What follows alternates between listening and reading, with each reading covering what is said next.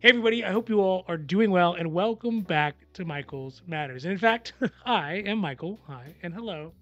And today, for this mini Michael's Matters, I want to talk about maybe one way to improve Social Security, or to fix some of the financial issues that it's having that could really offer an improvement in all the lives of all the Social Security beneficiaries. So, whether it is Social Security Retirement, Social Security Disability SSDI, Supplemental Security Income SSI, as well as survivors and really all the other iterations of Social Security benefits. It could have an effect on them. The update that I am suggesting is one that would really ideally give folks additional Social Security benefits in the long run. It would stop punishing Americans for working and claiming benefits at the same time, and it would save the Social Security program a lot of extra money, leaving some for younger generations like myself and younger who may actually at some point possibly maybe just want to retire. Now, this is Michael's Matters, and before we get to this video, if you like the videos, if you find them interesting, if you find them helpful, or hey, if you at least find them useful, please don't forget to like and subscribe because it does really help the channel to grow, and we are so thankful for that. But also, you get updates when our newest and most informative videos become available.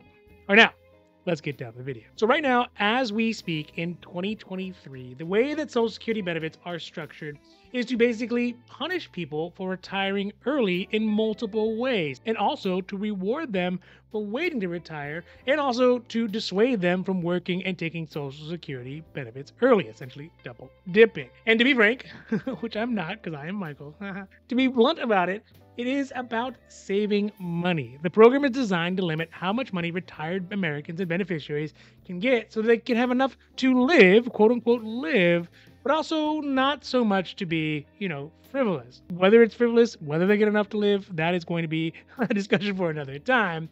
But this is done in a few ways through Social Security. First is based on the age of retirement, because the earliest that somebody can start taking Social Security retirement benefits is at 62 years old. Social Security as a program is a financial mechanism that uses a calculator based on someone's life earnings, their life expectancy, and their retirement age. And that ideal sweet spot for the program is the full retirement age, or the FRA, which right now is at 66 or 67 years old, depending on when someone is born. That means if someone starts to draw their benefits earlier than that sweet spot, then they are going to have less time where they are paying into the system, thus less time funding into the system, and also they have more time potentially taking benefits out, starting to deplete that entire pool of money that is in the trust fund to pay out for benefit.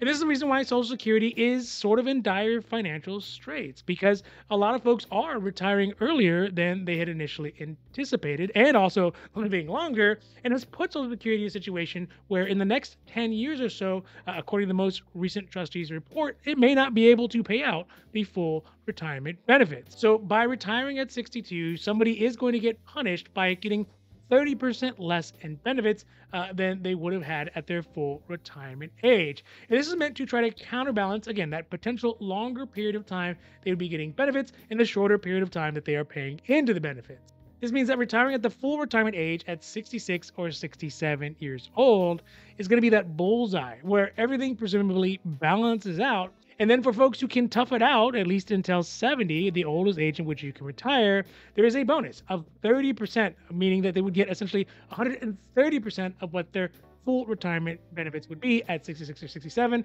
if they wait till 70. This is the inverse balancing act, where that negative 30% was meant to dissuade people from retiring early and living longer with more benefits.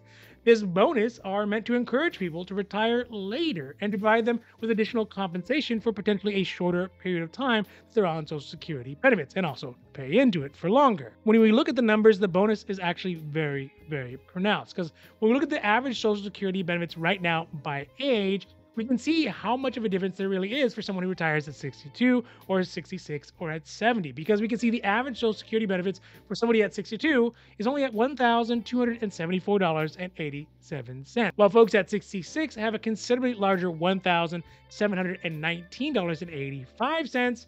And at 70, it's $1,963.48. So you can see there is a big difference for just a couple years of waiting. So that is all good and fine, and that's the way things are. So my suggestion, if I were to put a suggestion into the suggestion box at the Social Security office, is pretty simple, which is why don't we just increase the bonus that people can get if they decide to retire later? The latest someone can retire right now is 70. And let's face it, 70 is not the 70 of 10 years or our parents' age. 70s is, the new 60s. There's a lot of people who are living considerably longer. So, in my example, if someone was to live higher, right? Say they live to 71 years old, or for every year over 70, they should not have a limit to how much their benefit can increase that bonus right at 70. It should keep on going, maybe up to 75 or even up to 80 years old, where they can get 145% of what they would have gotten on their full retirement age. So, why I think this is a good idea to start to fix some of the issues is because, I guess, think about it. One, it would mean that you have a lower number of people taking retirement right at 62 or at the FRA at 66 or 67 years old. Which you can see from the numbers, there is a spike in folks retiring at those ages. It would encourage people to wait longer, which means they are working longer, they're paying in longer, and potentially taking out money for a shorter period. And lastly, it's a little bit morbid, but think about it. If there was a big juicy carrot at 75 years old, where you can get 145% of the benefits, or at 80, or whatever the age that is higher that it is, a lot of people would shoot for that, but they're probably not going to make it. But what it would do is it would increase some of those people who are retiring at 62 or 66 and 67, and say maybe have them retire at 68 or at 69 or maybe even at 70 in an attempt to get to 75. Although the people who do get there would have a nice big juicy benefit, a lot of those folks who retire later would also have an additional benefit that's higher than what they would have had, and also they're not taking out money as soon as possible. So I'm not saying that this is supposed to be deceptive in any way. What I'm just saying is that as Americans, we're gamblers, and many Americans would shoot for that big prize, that 145% of benefits, by waiting, and wouldn't make it, which would leave a lot of money left over to be used for those folks who are not able to work, who actually do seriously need to retire early or have familial obligations, or anyone who can't make it that age. They would leave that money for that. And those folks who do make it farther, look, they're going to actually have a benefit from it, because their benefits are still going to continue to go up, even if they retire just a little bit later than where they initially thought they would. One of their last idea, which I think would be pretty cool, is if someone makes it to, let's say, 100 years old, they get all the money they ever paid into Social Security back. Talk about a juicy carrot. Think about this solution. Well, it's not perfect, but it is a good start. And I think that some of the downfalls to it are, one, that it's not going to fix all the financial problems that Social Security has, because there is always going to be that issue right now where there are more people taking benefits out than the number of people that are necessary to sustain it paying into it. Secondarily, even right now, the number of people who are retiring at 70 years old, the latest that you can retire right now, is super, super small. I mean, it's not that many people. So I think that this solution would add some people to that, but it wouldn't be a lot, because there's just not a lot of people who make it 70. There's even fewer people who are going to make it 75 or 80 or whatever it would get raised to get that 145% boost. But what it would do is kind of like at the county fair, where you have that big hammer thing and you hit it and it goes up and hits the bell. And if you get the bell, you get the big money, or whatever it is. Some people will get that. A few people will get that, and that'll be cool. But most of us will get halfway there, or 3/4 there, or 9/10 there.